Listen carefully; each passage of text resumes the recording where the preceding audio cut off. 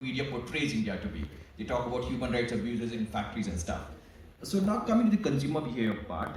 So these guys go to Zara, they go to Primark. These actually buy clothes at a very cheaper price. For them, it's easier to buy them and keep changing based on seasons. The conversation, the discussion which I had with them was that they were more concerned about the wages being paid to the workers.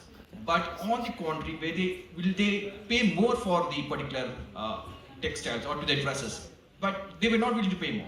They were okay to buy a dress for 5 euros or 10 euros, but beyond a particular price point, say around 12, 15, 20, 25 euros, they will probably not buy it.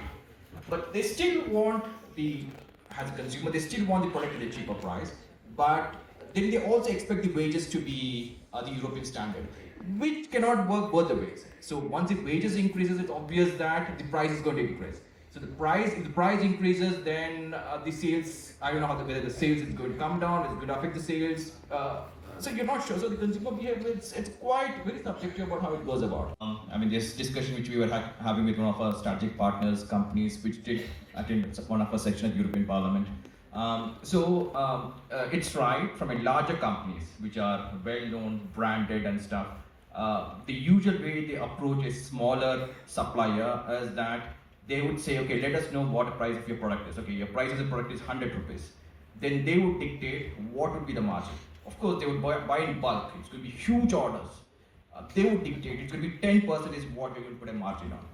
Now, the small scale company, so of course, they would say all the social audit requirement, this has to be done, all the social indicators, what's required to take, everything has to be correct.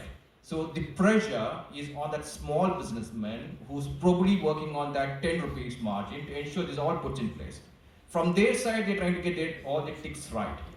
So tomorrow, if an issue comes about, it's going to be that we have asked our supplier to put everything in place, but the supplier made a mistake. So the larger brands are usually trying to get all the tick boxes, and all the pressure of trying to ensure a lot of these social indicators are right comes on that small business guy who works on the 10 rupee margin. So that's where something, I'm not sure what the solution is, what the problem here is. Of course, it's up to the supplier to decide, the small business guy to decide, no, I'm not going to take up the product. It's up to him to decide, but this is how the usual business practice is what's done with a lot of these Western companies out here.